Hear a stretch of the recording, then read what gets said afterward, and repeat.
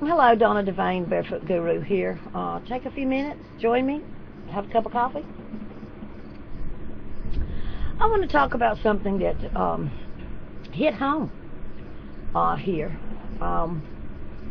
Over the years, I've been on the radio talking about changes in our world, corruption, conspiracies. Well, guess what? You know, a lot of times people say, well, Donna, what does it matter? It doesn't affect you. It doesn't affect me, so why bother with it, you know? And to some degree, you know, I understand people's attitude with that. I mean, you know, I got food, I got a place to live, I got a car, I got, you know, clothes. I'm cool. Why should I care what's going on in my country and in my world? Well, you know, and over the years, my daughter has said, Mama, just stop talking about all that politics stuff. Just stop talking about the politics. Just teach spirituality. And I'm like, man, you know, I would if I could, but I can't, so I ain't. And I'll tell you why. Friday, my daughter was on her way back from the post office. Now, we live in a very small town out here at the river. Township, actually. There's less than 400 people, and probably 150 of those are adults. The rest are young people. But she's walking back from the post office, not even a block from our house. She's got her cell phone with her, and she's got the keys to the P.O. box, and she's got a yellow piece of paper. As a matter of fact, she's got this, letting us know that we had a package at the post office, because the post office was closed. You know, they close at noon every day. She's walking back, and she's on our side of the road, and she said there was a sheriff's deputy car down at the other end of our road, like a block away, and she saw it start to pull in, to turn, and then it backed up, turned around, and came right towards her, turned on the blue lights, and two sheriff's deputies got out. Now, was my daughter doing anything suspicious? I don't know, man. You know, she was walking while white, walking while young, walking while walking. I mean, you know, there are no stores around. I mean, you know, they couldn't have thought that she was going to break in something, because the only building that she was near, you know, she was actually at the corner of it, not up at the door. The houses were across the street. And she's just walking, minding her own business. And they wanted to know, who are you? What are you doing? Where do you live? How long have you lived there? I don't know you. She's like, well, I've lived here for 5 years. Sheriff's deputies don't know you, so they stop you and ask you who you are. Kind of crazy. Asked her to pull out her pockets. Did she have any ID? And she said, well, I've got it at home with my mama. I can call her. And they said, no, that won't be necessary. Don't do that. Had her pull everything out of her pockets, pull her pockets out, you know, out of her shorts. And she had on shorts down to her knees. I mean, it wasn't like, you know, I mean, she looked like a normal kid. They took her information, her name and address, went back to the car, and called her in, ran a check on her. She came home, and Glory's show, Nurturing Your Creative Spirit, had about 20 minutes left. And it took all I could do to finish producing that show, because I was fit to be tied. I could spit nails. I was so angry. So as soon as she got off, I called a friend, and I said, do you know the policeman's number, our chief of police? She said, no. And our town hall's closed on Fridays too.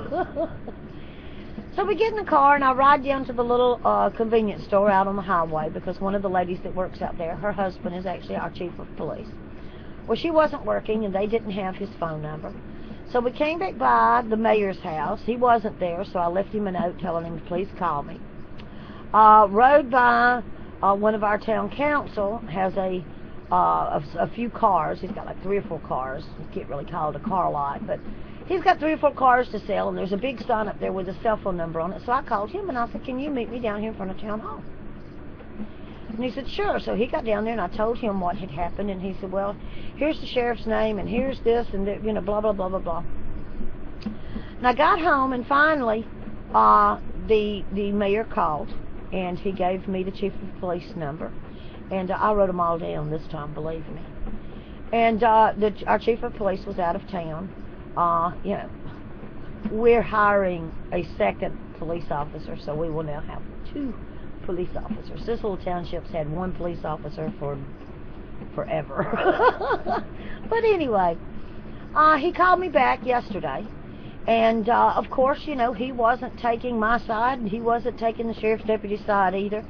But he was telling me that obviously my daughter had tales or signs, or I forget what he called it, that cops look for. And that's probably, you know, if she gave any of those signs, and they're like looking, following the police with your eyes, turn around and looking behind you. Well, she wasn't looking behind her because the cops came from in front of her. You know, furtively looking around. Well, you know, she's walking down the road. You generally do kind of, you know, look around when you're walking down the road. Did she have on gang colors? I said, I don't know. What are the gang colors? You know, I mean, we're not members of gangs. We don't know anything about gang colors. I said she had on a black t-shirt with some kind of rock band logo on the front, a pair of black shorts, and some white tennis shoes, I think. A little black baseball cap that she wears just about all the time. I don't know why she does, but she does. And he said, well, you know, she might have done something that tipped them that they needed to stop and inquire. And I said, so if looking around is a tale, not looking at you guys is a tale, then I guess we're just all suspicious. Since when in America, now, you know, today's Sunday, so I've calmed down quite a lot since Friday. I mean, Friday I was ready to chew somebody up with my own teeth and spit them out.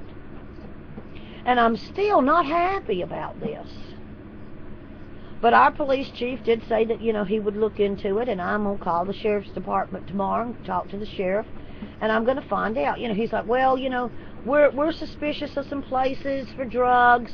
Well, I get that. But you have no reasonable suspicion that my daughter walking, you know, maybe 300 feet from our house is suspicious. Is walking to the post office suspicious? Now, it was 2:30 in the afternoon. It's not like it was 6 o'clock in the morning or 12 o'clock at night. 2:30 in the afternoon. Scared her. And I told our chief of police, I said, here's the thing. I said, you know, my daughter's one of those really good kids. She doesn't smoke, she doesn't do drugs, or she doesn't drink, she doesn't party. She's just a regular kid. I said, and it's going to be very difficult for her after this to trust cops. To think that you guys are the good guys, that you're on her side. When you stop her, tell her, come stand over here. Who are you? Where do you live? How long have you lived here? What are you doing? Where's your ID? Do you have a record? Do you do drugs? Do you know people involved in drugs? I said, and here's the thing, you know, you make all the good people scared of you. You're not going to have any support in the community at all. Nobody in the community is going to want anything to do with you. Now, he's pretty new, our chief, several months, you know, he's been our chief. And he understood where I was coming from, and, you know, I understand that the cops have got a job to do. They want to round up the bad guys. But you know what? If harassing young people walking down the side of the road from the post office is the way to catch people doing drugs, we got a problem. And he said, well, I've seen your daughter over on, and he named a street. I said, no, you've never seen my daughter over there. I don't even know where that street is. And I turned, my daughter was behind me, and I said, do you know where such and such a street is? She says, I think it's over there close to the railroad track somewhere. She says, but I've never walked there. I don't even know that we've ever driven in our car over there. And he said, well, yeah, I think I've seen her over there. I said, I promise you, you've never seen my daughter over there. Never. You've never seen her walk anywhere but from my house to the post office, and then directly from the post office, one of our friends lives. I said, she hasn't even walked to the park in 2 years. His suggestion was that instead of walking, she rides a bicycle.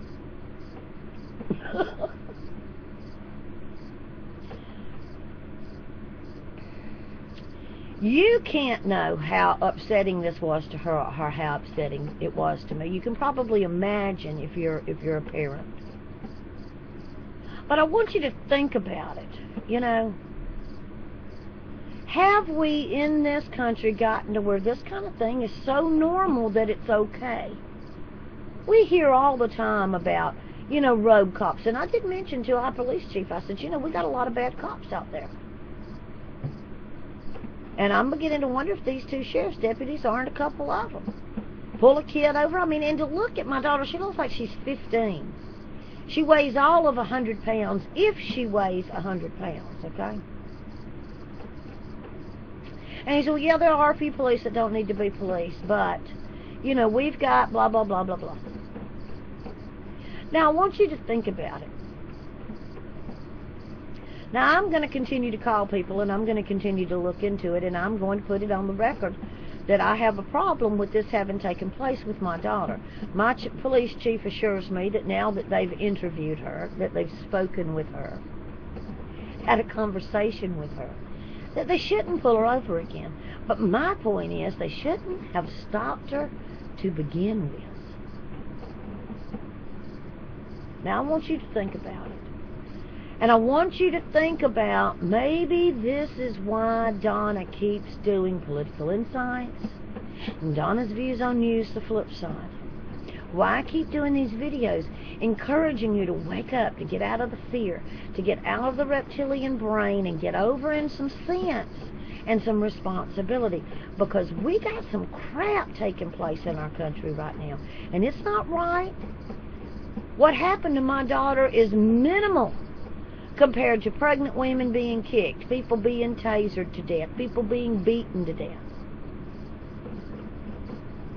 But see, if it can come to a little bitty township where I live, where the county mounties can come in and stop citizens here in this little township at the river and interrogate them on the side of the road, boys and girls,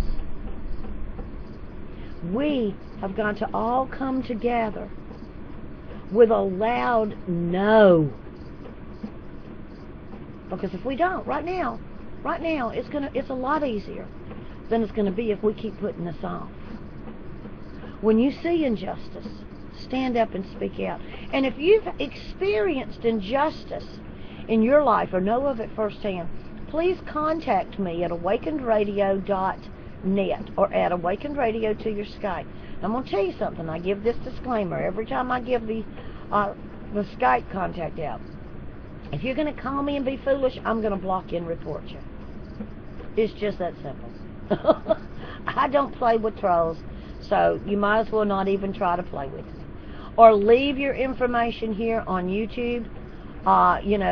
Subscribe to me, and there's a way that you can leave me a message. You can also do a comment here, and if you want to leave a comment, I moderate all my comments before they're approved. You can give me your Skype login info or a Facebook info, and I will use that to contact you, and I will not post it publicly. I just won't approve it. I'll just leave it sitting there for me, okay? But let's talk about this. And let's talk not just about what's happened to us, but what are we going to do about it? Now, I did what I know to do. I've done it. I've talked about it on my radio show. I've made videos. I've called the proper people in the channel, and I'm going to continue that Monday. But what can we do? How can we come together? Because, see, it happening just to one person, well, that's scary if you think, well, it's just one person. It's not just you. I will stand with you. My daughter will stand with you. Will you stand with us? Will we stand with each other as Americans, as human beings? Because this type of thing should not take place in America. It should not take place. There is nothing suspicious about a young person who looks 15, 16 years old. She didn't have a hoodie on, so don't anybody go there. You know, she had on just regular clothes, regular walking back from the post office, 400, 500, 600 feet away from her house, maybe 500, 600 feet away from the house. It wasn't very far. She wasn't looking around. She had a yellow piece of paper with her, and I showed you the piece of paper.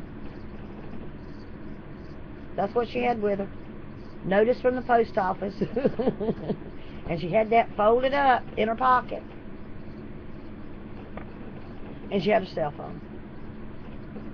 Of course, what young person today doesn't have a cell phone in their hand? Join me at awakenedradio.net. That is the radio station's website. Let's talk. I do Donna's Views with News, the flip side, every Sunday. And I think I've moved Political Insights to Tuesday night. Check our schedule at awakenedradio.net. You look up at the top and you'll see all of our nav bar with all the information about who's on and what we're talking about. Join us, be part, take part. Share this video. Help me tell my daughter's story and help others to feel confident enough to come to the radio station and tell their story.